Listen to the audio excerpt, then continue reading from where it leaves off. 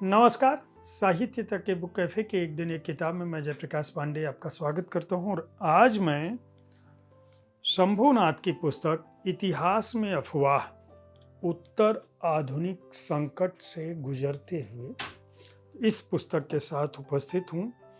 यह आलोचना की पुस्तक है, लेकिन जब इसका पाठ करेंगे आप तो आपको यह पता चलेगा कि आलोचना से अधिक यह दर्शन की पुस्तक है। यह एक ऐसे विद्वान चिंतक की पुस्तक है जो अपने समय को लेकर दुखी है। इस समय जिस तरह से ज्ञान, विद्या, साहित्य और संस्कृति, यहाँ तक कि सियासत पर भी संकट शंभुनाथ की नज़र में है, उस पर वो गहरी चिंता व्यक्त करते हैं। उनका कहना है कि ये जो 21वीं सदी का जो भारत है वह एक तरह से अपने अतीत की युद्ध भूमि में बदल चुका है, और जो अतीत की युद्ध भूमि है, एक बड़ी भूमिका वो लिखते हैं। वो कह रहे हैं कि ज्ञान इस समय जो है वह विस्थापित हो गया है और अफवाहें जो है वह लोकमानस का निर्माण कर रही हैं।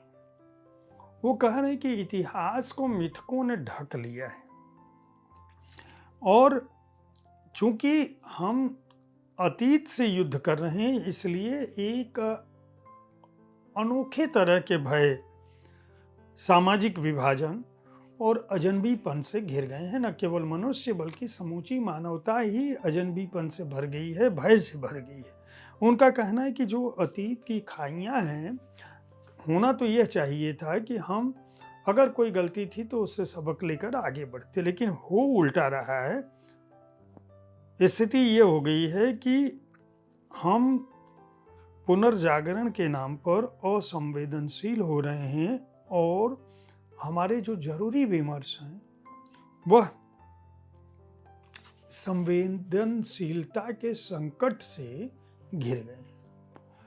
उसका नतीजा ये है कि ये जो उत्तर आधुनिक विमर्श या नव धार्मिक विमर्श कह सकते हैं, जो भौतिक समृद्धि और बौद्धिक रिक्तता, शंभुनाथ जी की निष्पत्ति है कि यह समय जो है वह भौतिक समृद्धि के बीच बौद्धिक रिक्तता का समय है, और उसी के चलते जो सार्वभौमिक प्रवृत्तियां हैं, यानी जो हर समय हमको आहत कर रही हैं, वो है धर्मांधता, जातिवाद, प्रांतीयता और निर्बुद्धि परकता।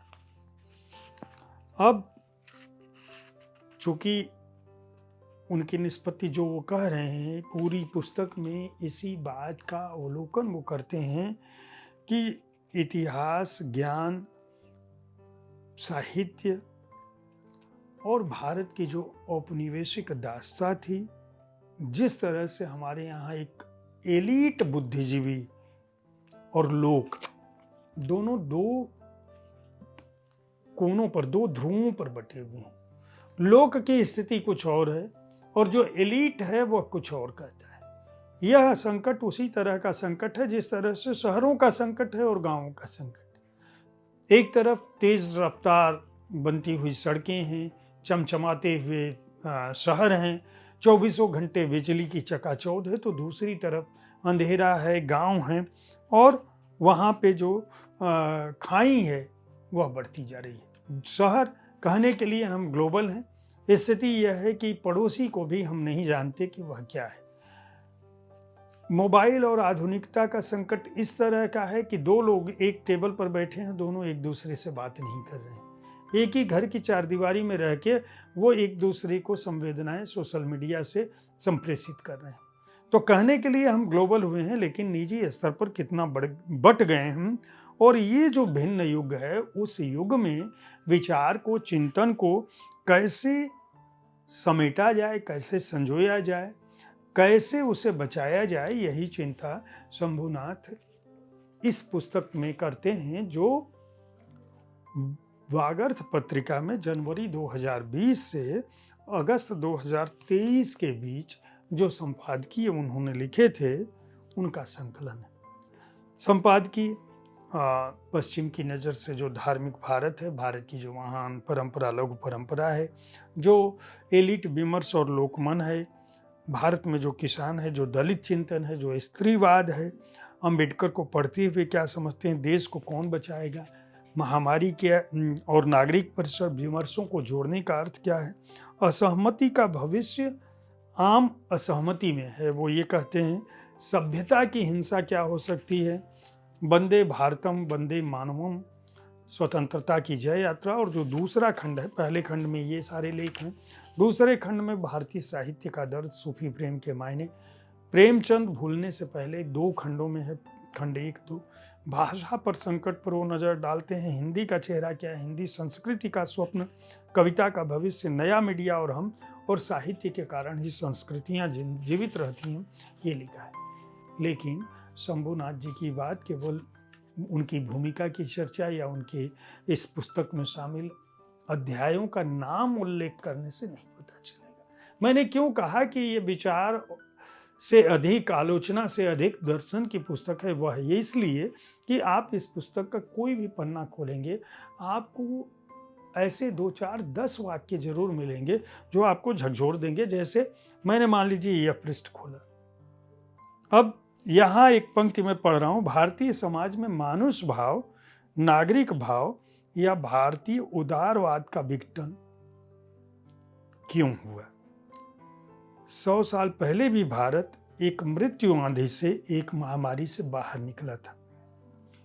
देखा जा रहा है कि बड़ा बारीकी से मानवता, धर्मनिरपेक्षता और नागरिक परिसर की धारणाएं पृष्ठभूमि में जा रही हैं। अंग्रेजी राज के समय की तुलना में रामायण महाभारत के समय को सामने रखते हुए वो प्रेमचंद का उदाहरण देखते हैं कि लंका में विभीषण ने अपने भाई रावण के खिलाफ रामचंद्र की मदद की थी, मगर विभीषण पूरी आजादी के साथ रहता था। रावण को कभी यह साहस नहीं हुआ कि वह विभीषण का एक बाल भी बांका कर सके। आज लड़ाई के जमाने में इस तरह का राजद्रोह कोर्ट मार्शल का कारण बन जाता।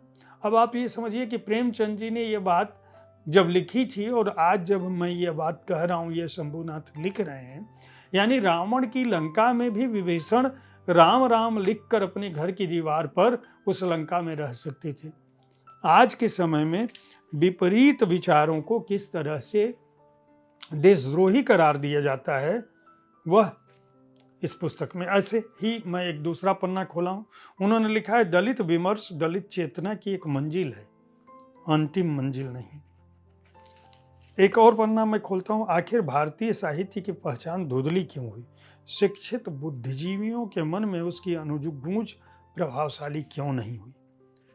अब हर पृष्ठ पर इसी तरह का सवाल, आदिवासियों का विकास से संबंध अपरिहार्य है, वे विकास के नज़दीक न भी जाना चाहें, विकास को कूदकर आदिवासियों के जीवन में एक न एक रूप से आना है।